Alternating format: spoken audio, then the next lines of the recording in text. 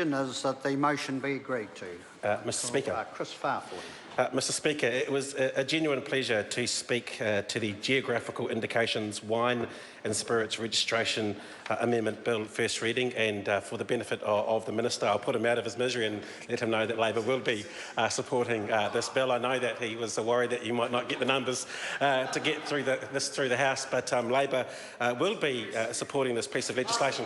I also acknowledge the Minister and that he's taking the lead on this bill. I do realise that when Cabinet approved this piece of legislation, it was under both the name of the Minister who just took his seat and also the Honourable Tim Grosser, the former Trade Minister of our country, who was now deeply ensconced in Washington DC, who not only was the Trade Minister at the time, but he's an expert on many things, almost everything, but is also a self-professed expert in wine. So I think he'll be deeply sad that he isn't here to take this speech, the first speech in the reading of this piece of legislation, which we think and hope will have a speedy journey through this Parliament, because it is one that is relatively non-controversial.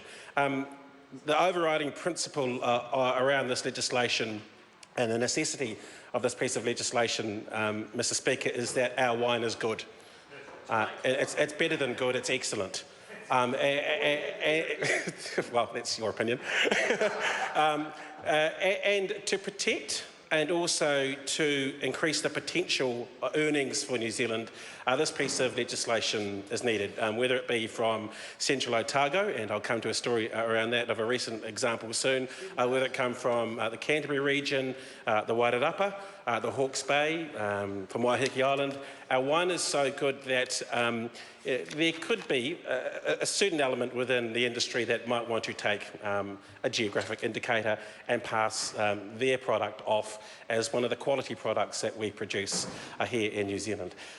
The recent event that I was talking about was that I was enjoying dinner with a parliamentary delegation for the Government Administration Committee in Canberra.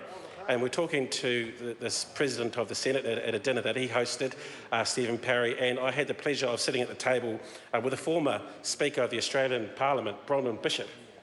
And the President of the Senate was talking about how good the quality of Tasmanian wine was, and one of our delegations said, "But have you tasted some of our Central Otago Pinots, though, Mr President?" And Bronwyn Bishop, who's no longer the Speaker of the Parliament House, said, "Oh no, they're rubbish." So she almost caused a diplomatic incident there, and we did commit to send her a bottle of good Central Otago Pinot to prove just how good our wine is.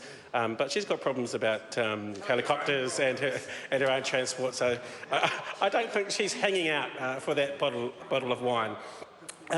Mr Speaker, this piece of legislation will ensure precision around where wine comes from, and I note that the Minister did go into some detail about the functions of this piece of legislation, but I think one of the most important ones, and certainly the most important one that the officials are pushing in the regulatory impact statements, is that in the past you could pass off New Zealand wine or wine from a region if 85% of the grapes from that region were in the bottle of wine.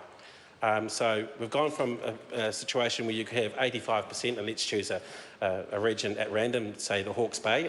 85% of the grapes could be from the Hawke's Bay, and 15% of the grapes in that makeup of wine could be from anywhere else, including overseas.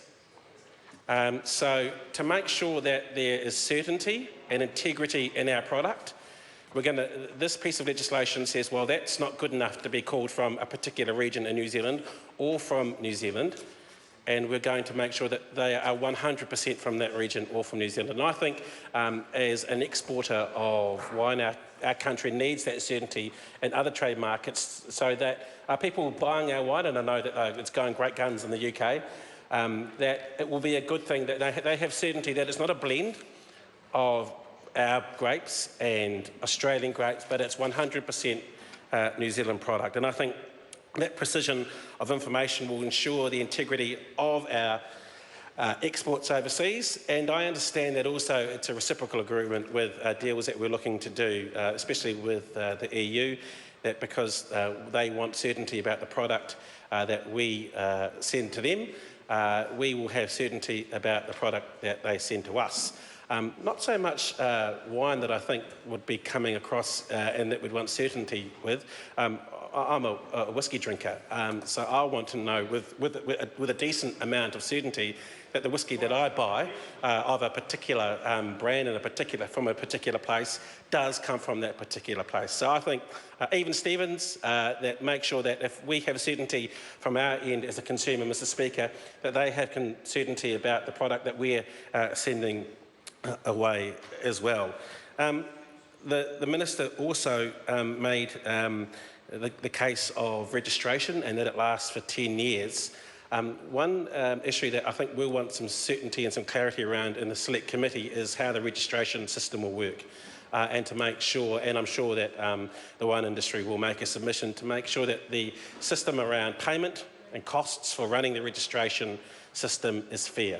And that it's not too onerous, especially front-loading it when you register a geographic indicator the first time, but it gives them the ability to spread it over time to make sure we're not putting a massive burden on wine growers and wine producers at the very beginning, which will make it very difficult for them to, I guess, in the first instance, make sense of that. Going back to some of the indicators, from my reading of some of the publications that came out when the Minister and Tim Grosser, the former Minister of Trade, released this piece of legislation or said that it will be introduced to the House, they said that it would also prevent the use of indicators such as in the style of. So you won't be able to say in the style of Marlborough, or in the style of New Zealand or in the style of Hawke's Bay, because I guess some producers could try and use that sneaky language to get out of that. And I think that's tricky and sneaky. And I think we've seen an example of that recently with in the style of Eminem, in the style of Coldplay, the kind of taking of someone else's intellectual property and using it for your own benefit and calling it pretty legal.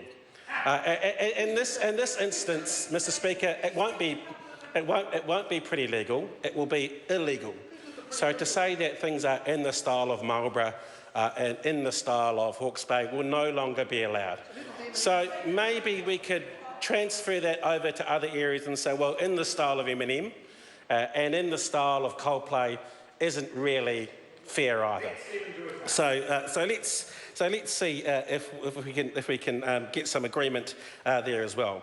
That aside, Mr. Speaker, there is massive potential here for our wine industry to use this as a selling point. And I think there have been indications from the industry itself that if we don't take this action with this piece of legislation, that there will be risks to our reputation, risks to our brand, and it prevents them telling a story about wine that comes from their specific region or wine that has come from our country. And having a look at some of the media that came out when this piece of legislation was first mooted, Blair Walter from Felton Road Winery was talking about his particular brand of Riesling. And he said, and again, I think the Minister said that this is updating a piece of legislation that was passed in 2006, hasn't been enacted yet, so we're updating it to make it more modern. Mr. Walter said that the rules were made years ago to protect the consumer, to ensure what they were getting was a good quality wine, and he's right. But he said nowadays, as a wine producer, it's almost becoming a trade barrier if we can't guarantee that a wine is from a particular area. So I guess, Mr. Speaker, it makes this piece of legislation necessary to not only protect the brands and the consumers of New Zealand, and also to protect the potential trade earnings that we can get from our really, really good wines, as I said at the beginning of my speech, that is heading overseas. I understand it was somewhere in the vicinity of $1.4 billion of exports for New Zealand wine to the year to September last year,